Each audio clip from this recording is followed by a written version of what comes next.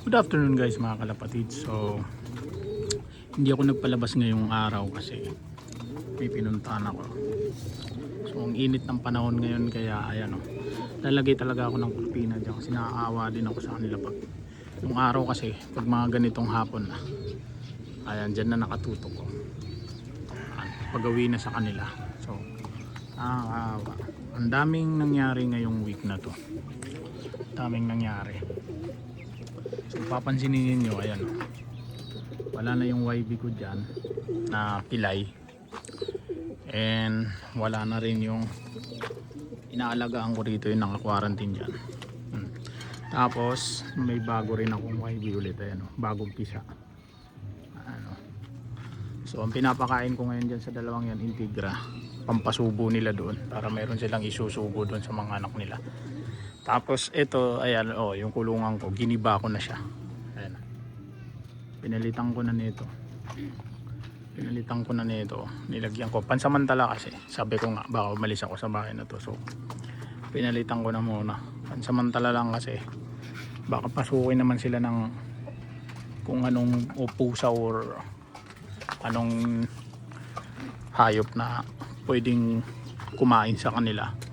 Kasi sira-sira na talaga yung pinto nito. Ito sira-sira na. So tinanggal ko ayan. Okay din naman. Ito lang. Palitan ko na lang itong lock na to.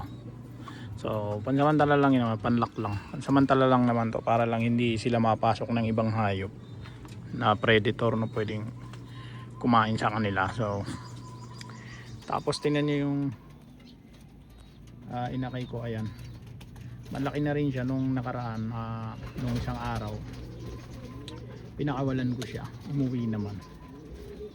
Kinabahan pa nga ako dahil sumabay siya sa ronda pero para baka ano lang ata, isang beses lang ata siya lumipat, parang isang ikot lang ata ginawa niya. Parang ganun. Tapos dumapo doon sa bubungan dyan. Tapos ayun, ang tagal bago umuwi. So kinabahan pa ako, sabi ko hala mukhang nawala na yung YB ko. Gusto ko pa naman yung mga grizzle. Nanghinayang ako. So, pero hindi umuwi pa rin siya. So umuwi siya. So dito naman yung naka-quarantine ko diyan, yung sinasabi ko sa inyo may baliling. Namatay na. Hindi na kasi makakain talaga, hindi na niya kayang kumain. Pagka nagpapakain ako tutumba-tumba siya. So hindi na niya kayang kumain. So ito naman yung anak nito na grizzle din na pilay. Ganun din, namatay din. So hindi ko alam, basta ang lakas pa nun hindi ko alam anong nangyari doon, ba't ganun, ba't namatay.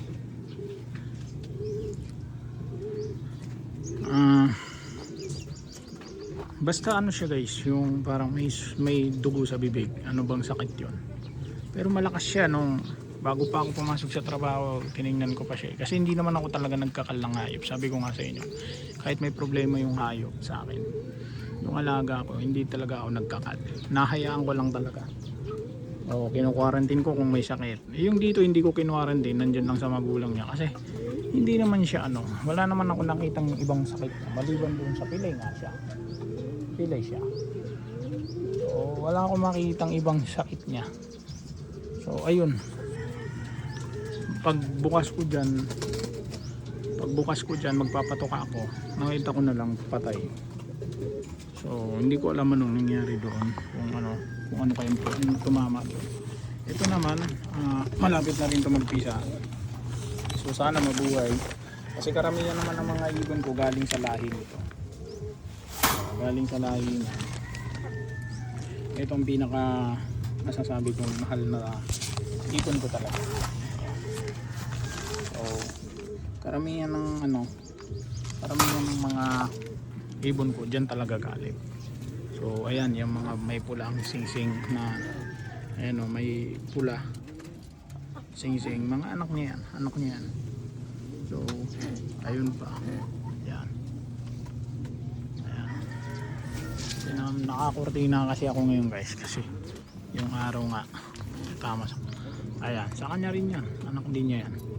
Gulat nga ako dyan kasi nung baby to, nagulat ako dyan, lumabas sa kanya blue bar. So, alam mo yun, hindi mo alam, minsan di mo mulaan ano. Ayan o, anak din niya to. Ayan o, ayan yung checkered na yan, anak din niya yan. Mga may pula ang ano, sing-sing, anak din niya. Dito may anak din siya dito. Ayan. Ayan o, checkered na yun. Ayan, bumabara ako ng checkered na yan. Ayan. Anak din niya yan. So, karamihan ng ibon ko galing sa kanya.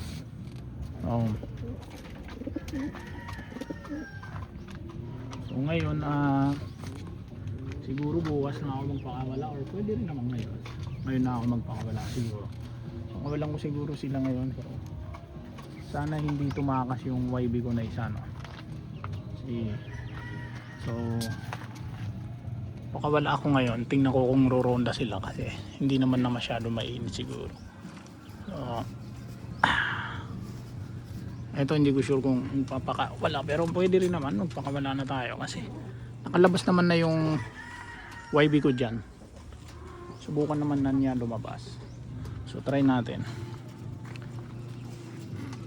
magpalabas sa kanila. Ayan, so try lang natin. Hindi naman na siguro tatakas yan. Dito palalabasin ko rin to.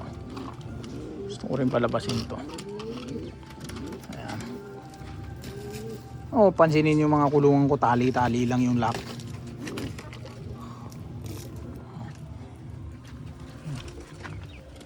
Ayan, try natin. Ayun na, may lumabas na isa. Ayan, may mga ayun o, lalabasan na sila. Tuntua pa naman sila. Ayan, lumipad na. Ayan na, lumipad na sila. Nag-start na sila guys, lumipad. Ayun, may rumonda na. Oh, ayan na. Ayun, rondahan na. Rondahan na. Mga rumonda na. Kalat-kalat na ronda nila.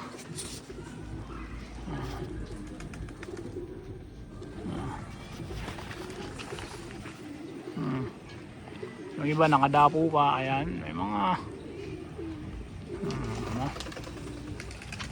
liliparan na. Ayun yung isa, favorite. Rondahan na sila. Di ba? So itong isa tamad talaga to rumonda kasi may ano yan, meron yang ano, bumurga na yung ilong nito. Ito may itlog na to kaya tamad talaga rumonda. Ito bumurga na yung ilong nito. Saan na yan? Saan na? Naka-zoom in pala. Ayan. Anak din nun. Anak din niya. Pula rin ang ay pula rin ang sinsi. Ito pala hindi ko napakawalan itong reason. Pakawalan ko na rin yung reason.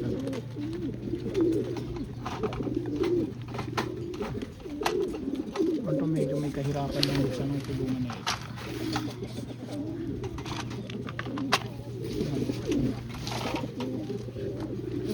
Ayan natin. Oh, may ilap siya, no? Ayan. Kasi pakawala ng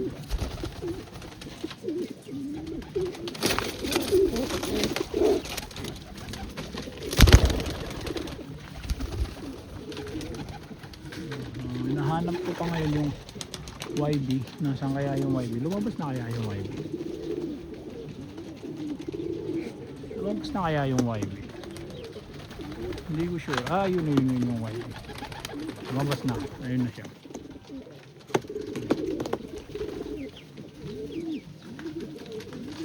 Ito bawal talaga lumabas ng dalawang ito. Kasi mga breeder kaya hindi talaga sila pwede lumabas.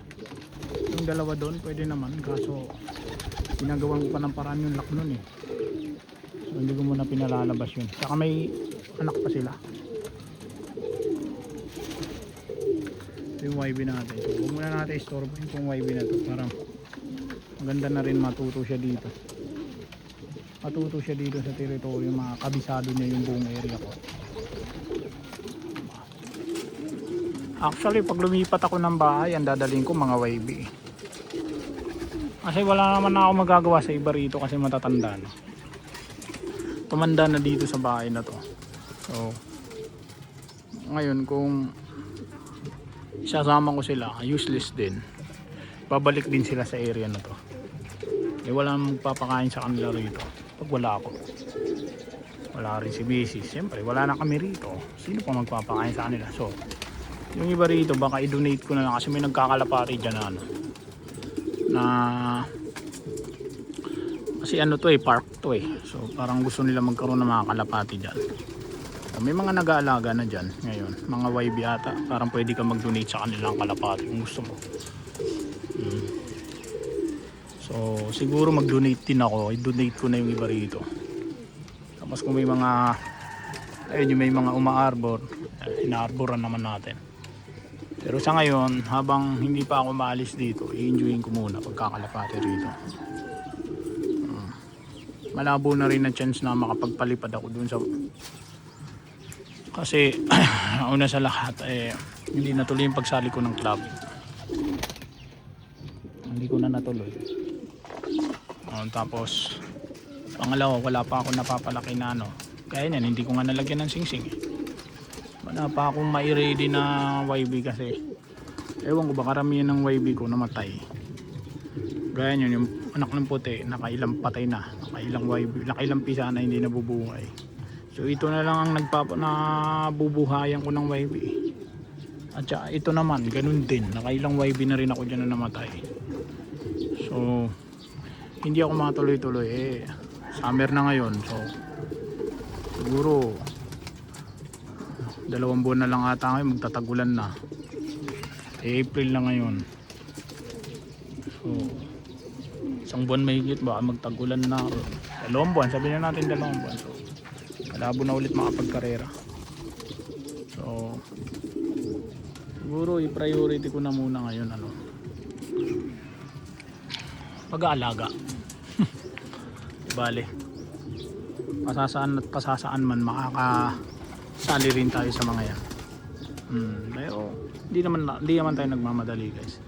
Kaya nga nang sabi ko sa inyo, nag-aalaga lang naman ako. Hindi ko naman talaga target ay parang yun yung YB natin Naku, lumipad na pala. Kakakwento ko rito, nakita ko lumilipad na yung YB. Ayun oh. Akaw, siya na pala yung rumuronda na yun. Ay hindi, ito pala. Sorry. Yung pala yung tatay ata. Ako. Ito pala yung YB natin. So wag natin bugawin, hayaan lang natin para makabisado nyo yung area niya. So dito ko na lang ulit putulin so update lang naman sa mga YB na sa mga ibon natin. So sa mga nandyan pa po, ayun, salamat sa patuloy na panonood at pagsuporta. Ayun sila tatlo, may tatlo pa rin. So sa mga bago, pa-subscribe naman po, malaking bagay ito sa akin. And yun lamang po. God bless po sa inyong lahat.